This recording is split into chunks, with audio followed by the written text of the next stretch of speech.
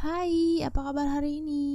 Semoga selalu sehat semua dimanapun kita berada, dan jangan lupa untuk selalu menerapkan protokol kesehatan ya, karena di sini kita bertanggung jawab untuk kesehatan orang lain juga gitu. Jadi jangan egois gitu. Kalau bisa selalu bersih-bersih gitu kan, pakai masker. Kalau ke tempat yang ramai juga kalau bisa pakai face shield juga, karena kalau kita sampai rumah kita membawa kesehatan semua orang juga gitu. Jadi selalu menjaga diri kita dan keluarga dan orang-orang yang kita sayangi. Jadi hari ini adalah part terakhir dari episode menikah 20 jutaan yang aku sudah post dari kemarin-kemarin. Dan mungkin kalian juga kemarin-kemarin ini merasa, aduh mana sih ini orang bercerita mulu ya dari kemarin, gak pernah ada budgetingnya mana gitu. Dan akhirnya aku buat ini. Memang sengaja sih aku bikin beberapa part gitu, karena aku gak mau kepanjangan juga, karena kan aku harus memberikan ke kalian tuh gimana pola pikir aku. Jadi waktu itu aku menikah sebelum pandemi, keadaan itu masih normal, gak kayak sekarang. Kalau setelah pandemi corona ini kan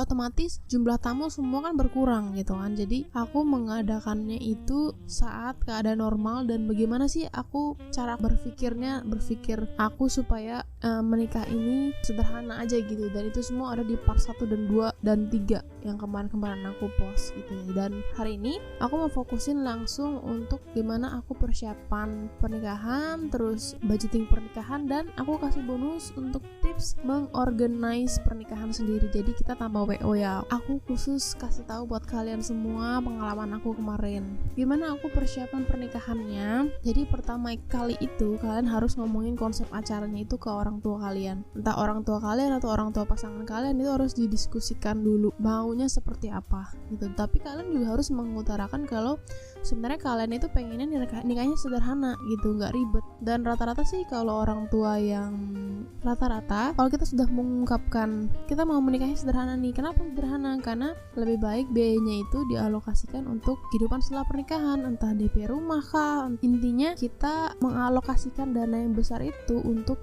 kehidupan setelah pernikahan gitu. Jadi juga nggak banyak hutang untuk vendor-vendor, dan kita juga payah juga ya kalau setelah pernikahan ternyata kita masih harus nyicil ke vendor gitu. Jadi pusing juga gitu, setelah pernikahan ada biaya juga, tapi kita juga harus masih nyicil gitu kan. Jadi harus berhikmat banget menggunakan budgetnya. Jadi setelah kalian utarakan ke orang tua kalian, kalau mereka setuju, bagus gitu, kalian bisa lanjut untuk menikah sederhananya. Tapi kalau misalnya mereka masih ada request kayak, oh sebenarnya pengen ngundang gitu, nggak enak sama teman-teman kayak aku gitu ya, nggak enak sama teman-teman orang tua gitu kan, mereka kan selama ini udah kasih kita segala macem. Intinya orang tua itu nggak enak, dia pengen ngundang teman-temannya gitu. Ya udah, asal kita juga kasih pengertian, nggak bisa semuanya kita diundang, karena aku sendiri aja nggak mengundang teman-teman aku sendiri loh. Kalau aku kan berpikirnya ya namanya anak muda pasti paham lah ya kalau kita nggak ngundang kenapa gitu kan. Dan itu pun mau bikin kayak semacam syukuran sendiri gitu sama teman-teman. Jadi pas makan keluarga ya beda sendiri, aku sama teman-teman ya beda sendiri, maunya sih kayak gitu. Tapi ya orang tua request, ya udah akhirnya mereka ngundang semua teman-temannya. Dan waktu itu aku target 100 orang sebenarnya, tapi ternyata membludak jadi 170-an orang. Dan ya udah, selama budget aku juga masih nggak melebihi itu, aku masih sanggup untuk akomodir, ya udah gitu kan, nggak usah dipaksakan untuk sederhana. Maksudnya sederhana yang aku pengen tuh sebenarnya keluarga inti aja dan orang-orang yang aku kenal dekat. Jadi acara pun lebih intim gitu, nggak terlalu banyak orang, nggak terlalu pengap, nggak terlalu penuh gitu kan. Tapi ya udah, udah jadi seperti itu. Ya udah, kita udah diskusikan dulu. Lalu kalau udah ketemu konsepnya maunya seperti apa, ya udah kita langsung setting goals sama pasangan. Kita harus nabung berapa sebulan, dan itu sebelum merencanakan pernikahan aku memang terbiasa menabung. Jadi memang per bulannya aku sudah ada tabungan sendiri, dan aku sudah punya tabunganku sendiri, pasanganku juga sudah punya tabungan sendiri. Jadi kita untuk nabung ke pernikahan itu nggak terlalu lama. Jadi aku waktu itu merencanakan untuk pernikahan itu sekitar 6 bulan sebelum hari H. Jadi 6 bulannya itu aku udah kita tahun depan aja yuk, bulan Februari, sambil deket-deket sama anniversary kita gitu kan. Ya udah, rencananya sederhana juga, jadi aku nggak terlalu lama untuk nabung gitu. Untuk nabung juga nggak terlalu besar biayanya. Tapi kalau buat kalian yang baru banget, maksudnya yang sebelum-sebelumnya nggak terbiasa nabung, nah itu yang susah gitu. Makanya kebiasaan menabung itu harus udah di zaman-zaman sebelum kita mau menikah pun masih single pun ya harus dibiasakan menabung, karena itu nanti akan mengurangi beban kita saat kita mau merencanakan pernikahan. Terus undangan ya, undangan ini harus dicatat siapa aja yang mau datang. Ini benar-benar ya, maksudnya sekalipun kita udah mencatat tapi akan ada kayak kemungkinan orang tuh bakal datangnya tuh lebih banyak, itu pasti. Dan nggak mungkin nggak, kita harus catat benar-benar siapa yang akan datang. Kalau aku sih keluarga inti pasti semuanya, tapi ternyata harus diundang keluarga besar, ya udah aku catetin semua nama keluarga besar, karena aku di sini akan membudgeting per orang gitu untuk dinernya. Dan akhirnya udah ketahuan segitu sekian, ya udah ini mesti benar-benar dicatat ya, karena kalau kalian merasa kira-kira segini, kira-kira enggak, itu nggak mungkin. Jadi harus benar-benar dicatat dan kalian tahu siapa aja yang akan datang. Dan ini pun masih akan ada tambahan lagi suatu saat, dan jadi kalian harus spare. Misalnya kalian undangan kalian tuh fix misalnya 85 orang, tapi kan harus spare sekitar 20-an orang, jadi mungkin 130 per undangan gitu ya, spare orang yang akan hadir di acara itu. Jadi 85 tuh mungkin sekitar 30 atau 20-an, kalian spare 130 misalnya. Jadi dari yang tercatat di buku kalian berapa orang yang datang, itu harus di spare 20-30 orang lagi, karena akan kemungkinan pasti akan nambah. Oh ya, kalau untuk WO itu kan bener-bener mungkin ya, kalau seandainya kalian tipe orang yang nggak mau ribet ya silahkan kalian sewa WO. Tapi untuk sewa WO itu biayanya mungkin akan lebih membengkak lagi ya, karena kan kita harus bayar orang ibaratnya. Kalau aku pribadi sih aku mengorganize sendiri. Jadi karena acaraku juga sederhana juga, jadi ya udah paling teman-teman aku yang bantuin gitu doang sih, sederhana gitu. Karena acara aku nggak terlalu jelimet, aku pun nggak ada tepai gitu, nggak ada. Karena ya aku menganggapnya kalau seandainya orang saat itu lagi kesulitan ekonomi gitu kan, terus kan kalau tepai itu kan ibaratnya dalam tanda kutip ya, kita harus memberikan sesuatu ke pengantinnya gitu. Dan aku nggak mau di situ orang jadi merasa terbeban gitu. Oh dia merasa lagi susah nih ekonominya, dia nggak bisa ngasih angpau segede gitu misalnya. Ya udah aku bilang ya udah nggak usah ada tepai gitu. Jadi kalau mau kasih ya terima kasih, kalau nggak ya udah nggak apa-apa, kita nggak memaksa gitu. Jadi ya mungkin kalau di sebagian orang tepai itu budaya lah ya, tapi menurut aku pribadi kalau kayak gitu malah mungkin buat beberapa orang itu bakal nyusahin dia gitu menurutku. Karena juga sebelum hari pernikahan aku ada omongan seperti itu, kalau ada salah satu keluarga yang mungkin lagi kesulitan dana, jadi dia merasa dia nggak bakal ikut tepai gitu. Aku bilang ya udah nggak usah ada tepai gitu. Jadi murni pemberkatan dan dinner aja sih acaraku, jadi nggak terlalu rumit gitu. Jadi aku pun bisa mengorganize sendiri. Terus make up, gaun, jas, bunga, aksesoris itu semua aku cari sendiri. Jadi aku lihat-lihat sendiri, semua aku cari sendiri. Itu nanti budgetingnya di bawah ya. Jadi kalau kalian yang pesan paket wedding gitu mungkin bisa sih ya, tapi menurutku kalau udah paket gitu tuh kita nggak bisa apa sih namanya, ya udah paketan aja gitu, kadang nggak sesuai sama yang kita mau juga kan. Jadi menurutku kalau paket wedding begitu yang udah ada make upnya, jasnya segala macam, jadi kadang kalau nggak sesuai sama kita nggak bebas gitu lah. Jadi menurutku aku mencari sendiri untuk semua itu. Terus honeymoon ya, waktu itu aku sebenarnya merencanakan honeymoon untuk ke luar negeri, tapi karena lain hal visa juga tertolak. Jadi buat kalian yang baru pertama kali keluar negeri, jangan nekat untuk pergi jauh-jauh dulu, karena di situ visa itu sangat berpengaruh ya. Apalagi sekarang udah pandemi begini,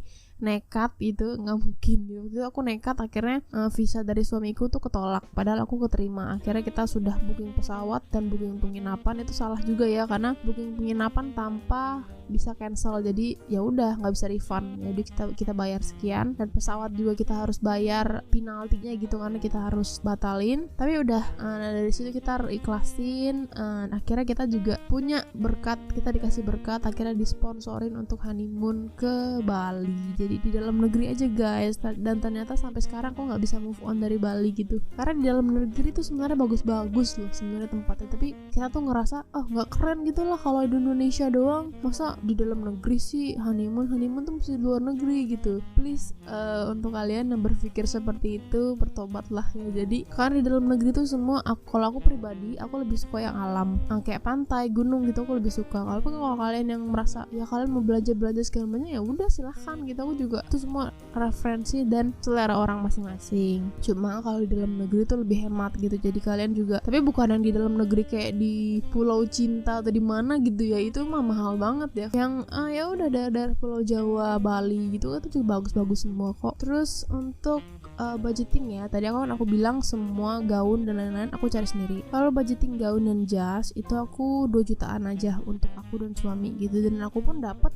harga segitu gitu. Jadi aku gaun aku itu sama suami itu sekitar 2 jutaan, dan itu aku cari sendiri. Dan yang ngeselin adalah jas suami aku bisa dibilang murah ya dan bagus gitu, dan aku ngerasa ih dia cepet banget ya, padahal sebenarnya hari itu adalah hari dimana aku harus cari gaun, tapi ternyata dia yang dapat jas dan aku nggak dapat gaun. Tapi ya udahlah ya, yang namanya bagus juga, servisnya juga oke. Itu di daerah Season City. Jadi kalian kalau mau cari-cari jas, nanti aku akan kasih kalian nama tempatnya kalau kalian minat untuk cari di situ. Di situ bagus-bagus kok. Jadi nggak terlalu mahal juga, tapi oke, servisnya juga oke, orang yang servisnya gitu kan. Terus makeup sama hairdo aku minta tolong sama temen aku yang juga baru belajar MUA, jadi biayanya pun gak terlalu bengkak gitu. Jadi ya sekitar 1 jutaan lah aku untuk makeup dan hairdo aku gitu ya. Terus untuk sepatu wedding, kalau aku mikir kalau aku beli kayak sepatu heels gitu ya percuma, aku gak akan pakai heels karena aku tipe orang yang tidak suka heels gitu. Jadi dan emang aku nggak bisa pakai heels, bisa sih, cuma sakit aja gitu kaki aku merasa menderita sih jadi cewek kalau harus pakai heels. Jadi aku beli sepatu wedges gitu, semacam sneakers sebenarnya. Nanti kalau kalian lihat foto-foto wedding aku tuh pakai sneakers sebenarnya di situ. Jadi aku bisa jalan dengan leluasa gitu. Dan aku belinya di Matahari waktu itu kisaran 300 sampai 500 ribu. Dan ini bebas ya kalian mau belinya, tapi kalau aku sih lebih prefer sesuatu yang bisa aku pakai dan sesuatu yang nyaman juga buat aku. Jadi aku nggak mikirin wedding harus pakai heels gini, enggak juga sih. Itu selera masing-masing orang gitu. Dan aku mikir ngapain aku beli sepatu yang enggak akan aku pakai juga gitu. Kalau suami aku dia sudah punya pantofel sebelumnya, jadi ya udah dia pakai sepatu dia yang sebelumnya, jadi dia nggak beli baru. Terus untuk hotel dan penginapan, kalau aku hotel sama penginapan ini sekitar 2 jutaan. Itu untuk aku waktu itu sewa untuk aku dan keluarga aku dan keluarga suami, jadi kan dipisahkan. Nah sama sewa untuk pas aku malamnya gitu, setelah weddingnya untuk hotel aku dan suami gitu kan, jadi sekitar 2 jutaan. Nah tips buat kalian di sini, hotel nggak usah pindah-pindah ya guys. Jadi kalau waktu itu aku berpikirnya ya udah pindah, tapi ternyata pindah-pindah itu ribet, jadi lebih baik satu hotel aja. Untuk ya sebenarnya kalau sewa begitu sih lumayan ini ya, jadi lumayan gede aja sih biayanya, karena kan kalian sewa hotel di awal itu kan untuk video-video atau foto-foto gitu kan. Jadi 2 malam ya, bentar 3 hari 2 malam ya itu lumayan sih. Cuma menurutku ya udahlah, daripada kalian ribet bolak-balik sana sini bawa barang gitu kan, kalian kan juga harus on time ke tempat venue kalian gitu kan. Jadi waktu itu aku sewa biasa sih, aku pesen di Traveloka gitu. Terus untuk cincin aku beli yang biasa aja, gak yang gimana-gimana, budgetnya tuh 500 sampai 1 juta. Jadi dan biasa aja sih cincinku, karena ya udah kita juga gak pakai juga abis itu, karena kan emang kita nggak suka kayak gimana ya, kalau orang kan kayak merasa harus pakai cincin gini-gini. Aku waktu itu malah pakai cincin malah sempet mau hilang pas aku honeymoon gitu. Jadi cincinku tuh nggak tahu taruh di mana, keselip akhirnya, tapi ketemu gitu. Tak kira dari situ yaudah deh aku nggak mau pakai lagi cincin, karena kalau aku pakai yang ada malah hilang nanti nih cincin gitu kan. Ya udah aku beli yang biasa aja, budgetnya segitu. Terus aksesoris juga aku cari sendiri. Untuk di sini aku beli veil yang agak panjang waktu itu, tapi ternyata fail tuh gagal. Maksudnya ternyata veil panjang itu agak nyusahin karena hairdo-nya tuh mesti ekstra banget. Waktu itu veil aku sekitar 5 meter deh, panjang banget gitu. Jadi ya aku waktu itu kan ala-ala gitu ya kan, mikirnya cuma ribet, ternyata lebih baik veil yang sederhana aja. Dan itu murah kok, kalian beli waktu itu aku beli online sekitar 300 sampai 500 ribu. Lalu untuk dinner, nah ini yang paling harus dijaga ya, karena dinner ini sebetulnya kalau masa pandemi ini sekarang dinner itu nggak terlalu makan banyak biaya, karena kan ya udah orang-orang yang inti aja, yang dekat aja, dan kapasitas ruangan pun harus 50% kan. Jadi itu menurutku enak banget sih. Jadi kalian gak usah pusing-pusing lagi mikirin aduh gimana ya karena atau dinner ini adalah biaya yang paling besar dari semuanya. Ya menurut aku waktu itu sih aku pesennya buffet all you can eat di hotel, jadi ya namanya makanan hotel ya udah standar gitu kan, nggak bisa terlalu enak, tapi ya enak sih menurutku juga, ya standar lah gitu, nggak terlalu enak banget ya tapi nggak enak juga gitu, maksudnya ya standar gitulah maksudnya. Jadi waktu itu aku budgetin 80.000 sampai 100.000 per orang gitu, dan itu aku juga all you can eat gitu. Jadi kalian cari hotel-hotel yang bisa all you can eat dan itu juga bisa muat banyak orang gitu. Jadi ya memang kalau dari makanan, kalau dari segi makanan nggak terlalu enak banget ya, cuma ya oke lah untuk acara, namanya acara juga sederhana gitu kan, kita kan bukannya mau gimana-gimana, tapi yang penting yang paling vitalnya adalah yang penting kumpul keluarga, syukuran, itu adalah value utamanya, bukan makanannya enak atau gimana ya, beda lagi gitu kalau beda cerita. Value-nya adalah di sini syukuran kalian, acara kumpul keluarga, udah itu aja. Masalah makanan enak gak enak ya itu belakangan menurutku ya. Tapi kalau kalian merasa oh makanan harus enak ini ya udah, kalian harus cari restoran gitu. Kalau aku lebih prefer all you can eat, dan aku juga kenapa all you can eat, jadi aku nggak pusing kalau makanan habis gimana itu kan paling stres ya kalau kayak gitu, namanya orang udah datang tapi kok makanan habis gitu kan. Jadi kalau di sini aku all you can eat, jadi aku nggak terlalu pusing. Terus untuk honeymoon waktu itu tadi aku udah cerita ya, tapi di sini karena honeymoon aku juga ya puji Tuhan aku dapat berkat, akhirnya kita dikasih honeymoon ke Bali gitu kan, dan itu pun kita cuma keluar untuk biaya jajan kita aja ibaratnya untuk di sana gitu kan, dan ya puji Tuhan banget lah kita dapat berkat kayak gitu, padahal sebelumnya visa kita ketolak, akhirnya kita mesti bayar penalti gitu kan, tapi ya ada aja Tuhan kasih berkat. Terus setelah budgeting, oh ya sebelum lupa, aku itu tadi untuk mobil itu aku sewa sendiri, aku cari di Traveloka. Jadi kayak kita sewa mobil untuk pergi jalan-jalan gitu loh. Jadi aku nggak sewa khusus di vendor pernikahan, dan aku juga mobilnya ya khusus untuk transportasi aja gitu, transportasi dari hotel aku ke gereja, dari gereja ke hotel ke tempat makan, udah. Dan itu nggak sampai 500 ribuan deh sehari. Jadi kayak charter mobil gitu biasa gitu. Dan mobilnya pun ya aku nggak ada aksesoris apa-apa sih, cuma pokoknya alat transportasi intinya untuk itu aja sih. Terus untuk video dan dokumentasi aku juga cari sendiri. Sebetulnya sekarang ini kan karena lagi pandemi gini juga, untuk dokumentasi dan videographer itu semua mereka tuh ngeluarin paket yang simple gitu. Jadi acaranya cuma segini, acara untuk akad atau gimana murah gitu, nggak sampai berapa juta. Waktu itu aku 6 jutaan, dan itu pun aku sewa untuk full wedding gitu ya, yang ada tepainya, yang ada resepsinya, tapi padahal sebenarnya aku cuma pemberkatan sama dinner aja gitu kan. Dan itu menurutku ya worth it lah untuk harga segitu. Tapi kalau kalian mau cari-cari lagi, sebetulnya ada gitu yang mau paketannya lebih murah gitu, bisa 3 jutaan atau 4 jutaan, itu udah komodir semua gitu loh. Untuk tip organize wedding sendiri, yang pertama teman-teman, aku mau berterima kasih sama teman-teman semua yang udah bantuin aku kemarin itu wedding. Terima kasih banget, jasa kalian itu sungguh berarti banget buat aku. Maksudnya aku dapat support dan dukungan dari teman-teman aku, dan ya itu aku nggak pakai WO, tapi teman-teman aku yang bantuin,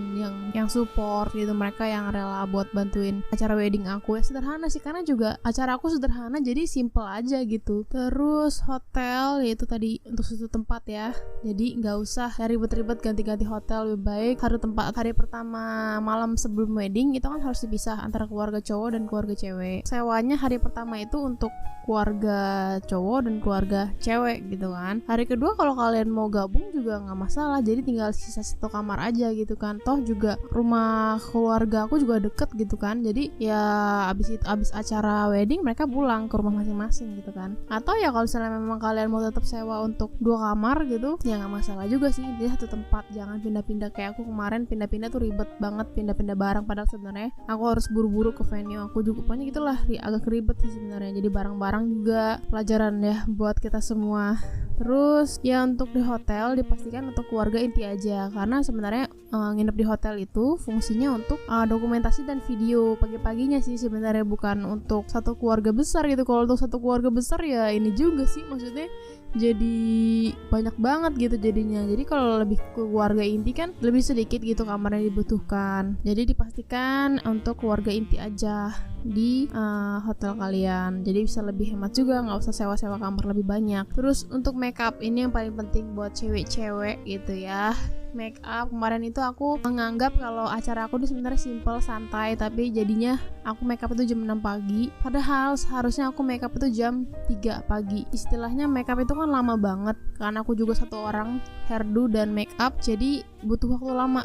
Jam 3 pagi itu bisa makan waktu 3-5 jam sih untuk hairdo sama make up aja, karena ya kan cewek gitu kan, ribet gitu, banyak perintilannya gitu. Jadi kemarin itu aku anggapnya aku santai aja, tapi ternyata setelah make up aku lupa harusnya aku ada foto-foto bersama dengan keluarga dan juga suami aku. Jadi semacam sebenarnya foto prewed, jadi aku kan gak pakai prewed, jadi aku foto di tempat di hari H dimana aku pas wedding gitu. Jadi aku nggak perlu sewa-sewa baju lagi, padahal memang bajunya itu yang memang akan aku pakai hari itu gitu. Jadi fotonya di hari itu. Terus untuk gaun malam aku nggak ribet-ribet ya. Aku sama suami aku, kita tuh beli batik gitu, beli batik kembaran, udah bawahnya celana coklat. Jadi ibaratnya kita couple gitu bajunya, ya nggak ribet gitu, karena baju itu juga someday kita bisa pakai lagi gitu kan. Jadi beli sesuatu yang memang bisa kita pakai lagi, jadi nggak mau bazir dipakai cuma satu hari itu aja, tapi hal-hal lain kita nggak pakai. Untuk catatan sipil kemarin itu aku miss banget catatan sipil, karena kan ya memang tanggal yang aku pilih itu tanggal rame ya, 22 Februari. Jadi sebetulnya catatan sipil itu seharusnya sebelum acara aku mulai, dan aku nggak diinfo apa-apa sama pihak gedungnya. Jadi di situ aku miss acara aku jam 11, aku baru datang ke tempat itu setengah 11-an lah, sekitar jam segitu, dan tiba-tiba jam 10-an gitu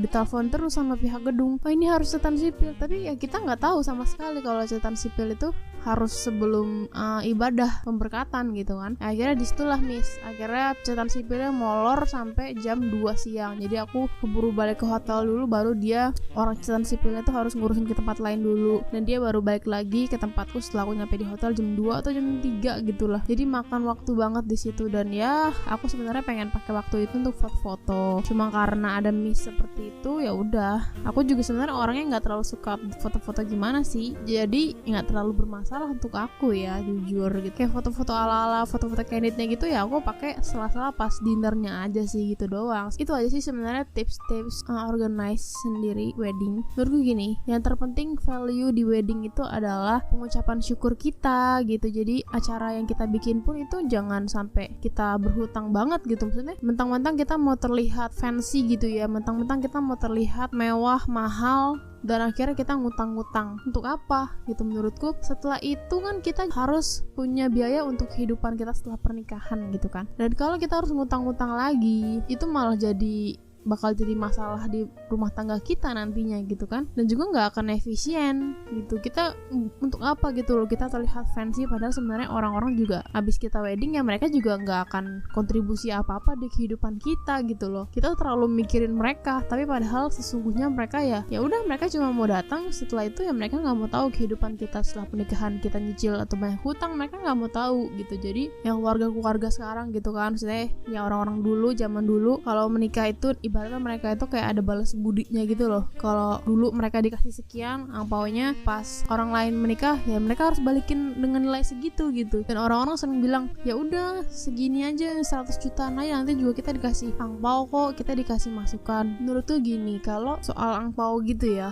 aku nggak mau nargetin dulu sih sebenarnya, karena zaman sekarang itu semua sudah harganya udah tinggi gitu kan, nggak kayak zaman dulu. Kalau zaman dulu itu kita dikasih angpau ya mungkin ada kemungkinan kita bakal untung gitu, tapi zaman sekarang itu nggak mungkin gitu loh, nggak ada gitu teori seperti itu. Dan yang namanya orang tua kan mereka hidup di zaman dulu kan, mereka taunya masih sistem zaman dulu gitu kok. Jadi kita nih sebagai anak-anak milenial zaman sekarang gitu, kita mesti berani kasih tunjuk kalau menikah itu bukan jadi sesuatu ketakutan gitu. Maksudnya pernikahan itu bukan sesuatu yang menjadikan kita itu jadi minder, jadi takut, pokoknya kayak hal yang mengerikan gitulah kalau menikah. Padahal nggak menakutkan itu loh.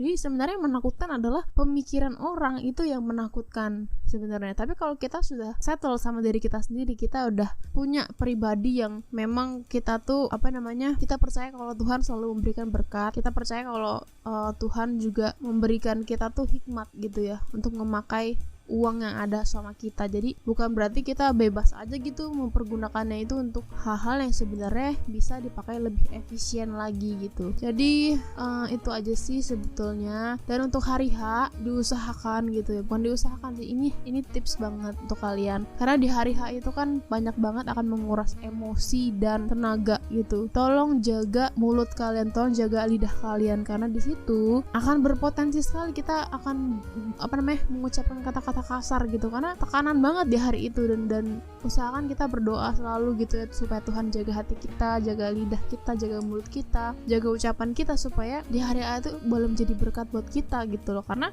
benar-benar aku waktu hari H itu terkuras banget emosi, karena kan juga aku ngurusin sendiri plus minus lah gitu. Tapi aku puji Tuhan banget di situ aku juga sama suami bijak gitu ya, kita nada suara juga kita jaga, maksudnya ya masih dewasa lah, kita secara dewasa banget. Dan aku bersyukur juga suamiku juga dewasa banget, walaupun waktu itu sempat ada trouble juga cincin gitu ya, karena kan kita udah hektik banget. Jadi waktu sempat cincin nggak tahu kemana, udah dibawa, pokoknya super duper hektik banget. Tapi ya di situ puji Tuhan aku bisa mengendalikan diri dan mengendalikan ucapan aku, karena kalau nggak dijaga, wah di situ bener-bener godaannya luar biasa banget deh pokoknya.